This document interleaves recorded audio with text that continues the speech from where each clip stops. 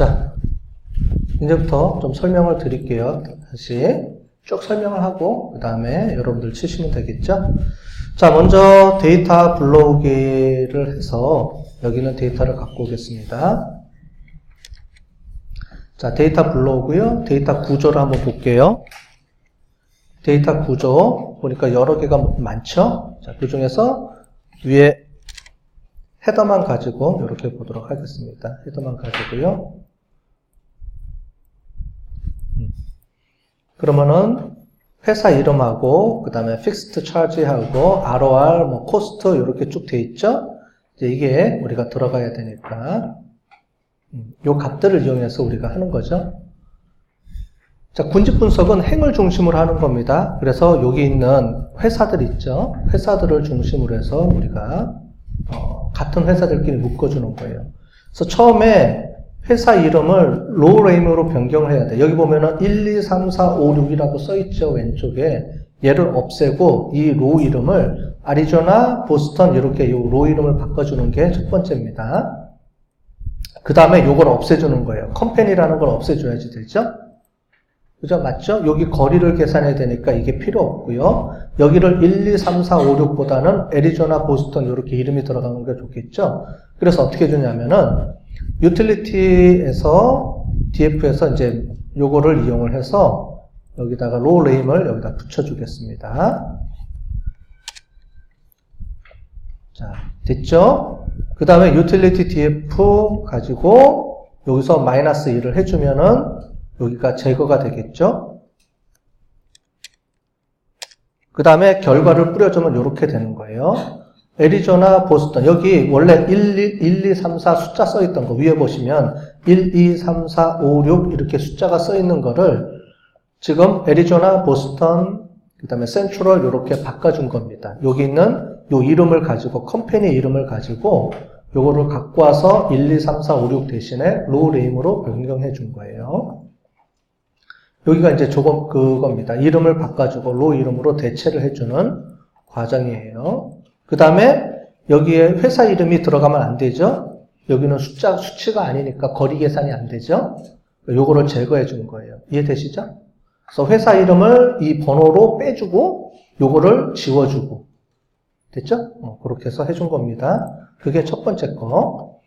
두 번째, 데이터를 정규화 시켜줘야 된다 그랬죠? 그래서 이 값들을 정규화 시켜주는데 뭐냐면 평균 값을 이용을 해서 정규화 시켜줘야 되죠? 그 중에서 뭐가 있냐면은 sapply라는 게 있어요. sapply가 있고 이게 여러 가지가 있어요. t도 있고요, s도 있고 여러 가지가 함수가 있는데 이 함수는 무슨 함수냐면은 연산을 해주는 함수예요. 연산. 쉽게 연산을 해주는 함수인데 우리가 반복 함수를 이용하는 대신에 이거를 이용하면 간단하게 함수 처리를 해줄 수가 있습니다. 예를 들어 볼게요. 요겁니다. sapply라고 하고요. 그 다음에 utility df 요 데이터 있죠? 요 데이터 지금 그거를 가지고 scale이라는 명령어를 써주면 일일이 하나씩 변수별로 갖고 와서 그거를 표준화, z값으로 변환시켜주는 게 아니고 요 sapply라는 걸 이용을 하면 여기 있는 데이터 전체를 전부 다 스케일이라는 게 저거예요. 표준화시키라는 명령어거든요. 그렇게 해서 만들어줘라. 이 얘기입니다. 간단하게. 그래서 요 함수가 이렇게 표준화시키거나 할 때 가장 많이 써요. 그래서 여기 있는 모든 데이터들을 일일이 하나씩 하지 않고 동시에 한꺼번에 다 처리할 때 쓰는 함수입니다.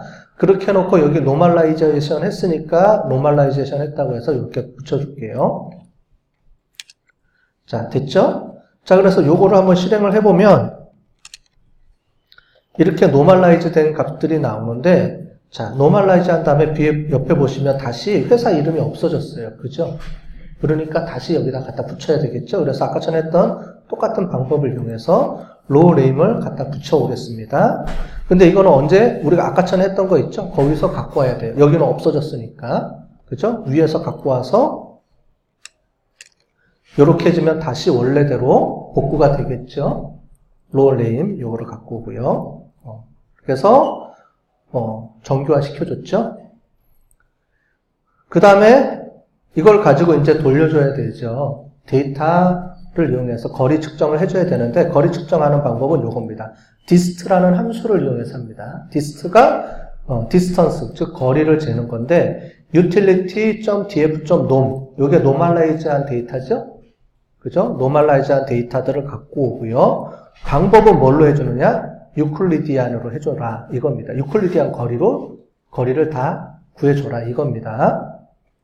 근데 여기다가 유클리디안 말고요, 맥시멈도 있고요, 맨하튼도 있고요, 뭐 칸바라도 있고요, 뭐 여러 가지 방법들이 있어요. 그래서 이걸 대체를 해주면 되는데 유클리디안이 가장 많이 쓰인다 그랬죠? 그럼 유클리디안을 이용한 거리 계산법을 이용해서 거리를 다 재주는 겁니다. 그리고 dnom이라는 곳에 거리 값들을 다 이용해서 통합해 주는 거죠.